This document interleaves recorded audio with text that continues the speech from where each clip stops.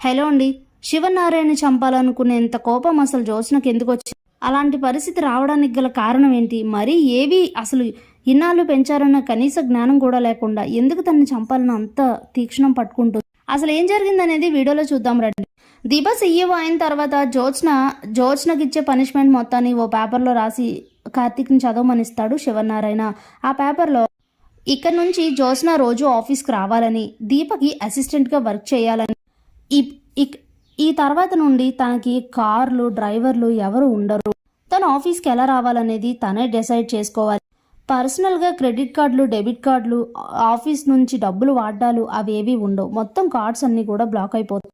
తను చేసే వర్క్ను బట్టి సీఈఓ అయిన దీప తనకి ఎంత శాలరీ ఇవ్వాలో డిసైడ్ చేస్తుంది. అదే శాలరీలో మొత్తం తన అవసరాలు ఖర్చులు అన్నీ కూడా చూసుకోవాలి. వీటన్నిటితో పాటుగా తను చేసే వర్క్ అంతా కూడా ఎక్కడ ఎవరికి ఇబ్బంది లేకుండా కరెక్ట్గా సంస్థకి నచ్చినట్లుగా ఉండాలి, కరెక్ట్గా చేయాలి. ఇందులో ఏ తేడా జరిగినా పరిణామాలు చాలా తీవ్రంగా ఉంటాయని రాస్తారు. అలాగే వీటన్నింటినీ ఒప్పుకుంటున్నట్టు సంతకం చేసి ఈ ఆఫీస్లో ఉంటే ఓకే, లేదు ఆఫీస్లో ఉండను, నాకు నచ్చలేదని ఆఫీస్ నుంచి వెళ్ళిపోవాలనుకుంటే ఇంట్లో నుండి కూడా వెళ్ళిపోవాలని అయితే రాసి ఉంటుంది ఆ పేపర్.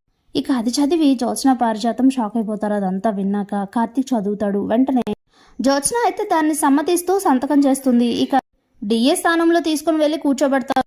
కాసేపటి తర్వాత దీప, కార్తీక్, జ్యోత్స్న ముగ్గురు కూడా లంచ్ చేస్తూ ఉంటారు. అప్పుడే జ్యోత్స్న సాంబార్ వేయినా అని అడుగుతుంది. దీప జరిగినవన్నీ గుర్తు చేసుకుంటూ ఉంటుంది. అప్పటికే నాకేం వద్దని చెప్తుంది. తినే దగ్గర అందరూ ఒక్కటే అని చెప్పి జ్యోత్స్నకి కర్రీ అలానే సాంబార్ 2 వేస్తూ ఉంటుంది. ఇంతలోనే దీప మెడలో ఉన్న తాళి బయటకైతే పడుతుంది. అది జ్యోత్స్నకు కనిపిస్తుంది. అప్పుడే ఈ తాళి నీ మెడలో పడింది కాబట్టి నీ జీవితం ఇలా మారిపోయింది, అందుకే నువ్వు రాజ్యాలు వెళ్తున్నావు, నువ్వు ఇంత హ్యాపీగా ఉన్నావు, లేదంటే నీ హ్యాపీనెస్కి డబుల్ రెట్టింపుతో నేనుండేదా, నా లైఫ్ ఎక్కడో ఉండేదని అయితే ఆలోచించుకుంటూ దీని అంతటి కారణం ఈ దీపే అని ఉడికిపోతూ ఉంటుంది. ఇదంతా ఆలోచిస్తూ ఉండగానే జ్యోత్స్న చేతిలో ఉన్న స్పూన్ అయితే కింద పడిపోతుంది. అప్పుడే ఆ స్పూన్ తీసుకొని తినొచ్చు కదా, లేదంటే వేరే స్పూన్ తీసుకోవచ్చు కదా. పెద్ద తలనొప్పి అయితే లేవనెత్తుతుంది. కావాలని దీపను ఉడికించాలని అనుకుని కార్తీక్ తింటున్న ప్లేట్లో ఉన్న స్పూన్ తీసుకొని జ్యోత్స్న అయితే తినడానికి చూస్తుంది. నోట్లో ముద్ద పెట్టకుండానే ఆగు అని అంటుంది దీప. ఏంటి ఏమైంది అని అడిగితే, ఏం చేస్తున్నావో అర్థమవుతుందా, మా బావ తింటున్న స్పూన్తో తింటున్నావేంటి, తెయ్యా స్పూన్ని అని అంటుంది చాలా కోపంగా దీప. ఇదంతా పక్క నుండి సూరజ్ చూస్తూ ఉంటాడు. ఇదేంటి ఈ తిక్కరిది ఇలా తయారైంది, బ్రదర్ తింటున్న స్పూన్తో తింటుంది ఏంటి అని ఆలోచిస్తూ ఉంటాడు. ఇంకా కావాలంటే ఇక్కడ ఇన్ని స్పూన్లు ఉన్నాయి, నీ స్పూన్ పడిపోతే వేరే స్పూన్తో తినాలి కానీ మా బావ తినే స్పూన్తో తింటావేంటి అని అడిగితే, నీకే కాదు నాకు బావే, ఏ చెప్పని అన్నీ మర్చిపోయావా, చెప్పాను కదా, నువ్వు ఈరోజు సీఈఓ అయిపోయి ఉండొచ్చు, ఇంకేదో అయిపోయి ఉండొచ్చు, కానీ ఎన్ని చేసినా నువ్వు తర్వాతకి బావకి మాజీ భార్యవే అవుతావు, త్వరలో బావతో తాళి కట్టించుకుంటాను కదా అని చెప్తే, ఇంకా నీ ఈ బుద్ధి మారలేదా, నువ్వు ఎన్ని చేసినా నువ్వు మారవా జ్యోత్స్న, ఇది ఇప్పుడే కాదు, నువ్వు ఎన్ని జన్మలు ఎత్తినా బావతో తాళి కట్టించుకోలేవు, ఎన్ని జన్మలు ఎత్తినా బావ నావాడే, ఇంతకన్నా ఎక్కువ మాట్లాడించి ఎక్కువగా విసిగించి కావాలనే ఆఫీస్లో గొడవ చేయాలని చూస్తే మాత్రం ఆఫీస్లో ఉన్నావని కూడా చూడను, ఇప్పటికీ ఏదో స్థానంలో ఉండే నువ్వు ఏదో స్థానానికి దిగజారిపోయావు, అలాంటిది ఇంకా తగ్గించిపోయి ఎంప్లాయీస్ ముందు ఇంకా నీ పరువు తీసుకోకు, సైలెంట్గా వేరే స్పూన్ తీసుకుని తిను అని చెప్పి సైలెంట్ వార్నింగ్ అయితే ఇస్తుంది. ఇక కార్తీక్ స్పూన్ అలానే పెట్టేసి తనైతే వేరే స్పూన్ తీసుకొని తింటుంది. అది నా భార్యతో పెట్టుకుంటే అలా ఉంటుంది మరి అని అంటాడు కార్తీక్. ఇదంతా పక్క నుంచి వింటున్న సూరజ్ అయితే, ఏంటి వీళ్ళ ముగ్గురు మధ్యలో ఏదో కొత్త కథ రన్ అవుతుంది అని ఆలోచిస్తూ ఉంటాడు. ఇదిలో ఉండగా మొత్తం ఆఫీస్ అయితే అయిపోయిన తర్వాత ఈవినింగ్ ఇంటికి వెళ్ళిపోతుంది. ఇక రాత్రికి జ్యోత్స్న అయితే చాలా తీవ్రంగా ఆలోచిస్తూ ఉంటుంది.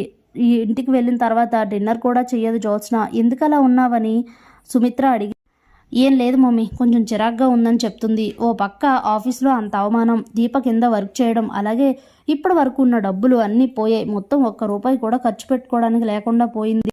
పోనీ వెళ్ళి మమ్మీకి చెప్దామంటే అంతకన్నా పెద్ద సమస్య వస్తుంది, మమ్మీకి చెప్తే ఇంట్లో నుంచి బయటకే గెంటేస్తుంది.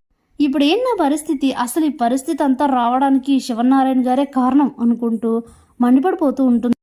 ఇక అలా 2 రోజులు గడిచేసరికి అస్సలు తట్టుకోలేకపోతూ ఉంటుంది జ్యోత్స్న.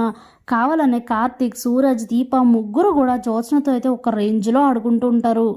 ఇక ఇదంతా చూస్తూ ఓర్చుకోలేకపోతుంది జ్యోత్స్న. అసలు నాకు ఈ పరిస్థితి రావడానికి దీనంతటికి మొత్తం నన్ను ఆఫీస్లో ఇలా ఈ దీపక్ అసిస్టెంట్గా వర్క్ చేయడానికి వీటన్నిటికీ కూడా ఈ శివనారాయణే కారణం. ఈ శివనారాయణ చంపేస్తే మొత్తం పట్టిన దరిద్రం అంతా పోతుంది, ఏం జరిగితే అది జరిగింది అని చెప్పి మనుషుల్ని పురమాయించి శివనారాయణ ఒంటరిగా ఉన్న టైంలో వాళ్ళు వచ్చి శివనారాయణ అయితే చంపేస్తారు. ఇక్కడితో నా దరిద్రం పోయిందనుకొని చాలా సంతోషిస్తూ ఉంటుంది జ్యోత్స్న. ఇంతలోనే నిద్దట్లో నుండి ఉలిక్కిపడి లేస్తుంది పారిజాతం. అయ్యయ్యో జ్యోత్స్న, వద్దు, అంత పని చెయ్యొద్దు, నా పసుపు కుంకాలు తుడిచేయొద్దు అంటూ గోల చేస్తూ ఉంటుంది. కాసేపటికి ఏదో శబ్దంతో తేరుకొని, ఏంటి కల కాబట్టి సరిపోయింది, కానీ లేదంటే నిజంగా ముసలాన్ని చంపేసేది జ్యోత్స్న. అసలే ఇది ప్రెజర్ తట్టుకోలేకపోతుంది, అన్నంత పని చేస్తుంది. ముందు దాన్ని ఏదో విధంగా కూల్ చేయాలి, దాన్ని బ్రతిమలాడుకోవాలి, అలాంటి పని చెయ్యొద్దని చెప్పాలి అని చెప్పి ఉదయాన్నే జ్యోత్స్న దగ్గరికి వెళ్ళి నిజంగానే కాళ్ళ మీద అయితే పడిపోతుంది పారిజాతం. ఏంటి గ్రాని ఇది, ఏమైంది అని అడిగితే, నాకు రాత్రి ఒక కల వచ్చింది, నువ్వు ఈ ప్రెజర్ అంతా తట్టుకోలేక మీ తాతయ్యని చంపేసినట్టు కల వచ్చింది. ఏమైనా చెయ్యి కానీ, కావాలంటే వాళ్ళకి రివర్స్ ప్లాన్ అయినా చెయ్యి కానీ, నా పసుపు కుంకాలు మాత్రం తుడిచేకే ప్లీజే. మనవరాలు అని కూడా చూడకుండా నీ కాళ్ళు పట్టుకుంటున్నాను, దయచేసి అర్థం చేసుకో. ఎవరికైనా సరే భర్త తర్వాత ఏదైనా నా మాట విను, అర్థం చేసుకో అని చెప్పి ఏదో తన సైడ్లో అయితే మొత్తానికి జ్యోత్స్న అయితే రిక్వెస్ట్ చేస్తుంది. నేను మరీ అంత నికృష్టురాలనేం కాదు, నిజంగా అలాంటి పరిస్థితే వస్తే వేరే ఏదైనా ప్లాన్ చేస్తా, లేదంటే నీకు చెప్పే చేస్తా అని చెప్తుంది జ్యోత్స్న. ఇక దాంతో అమ్మయ్య అని చెప్పి కొంచెం రిలాక్స్ అవుతుంది పారిజాతం. Thanks for watching.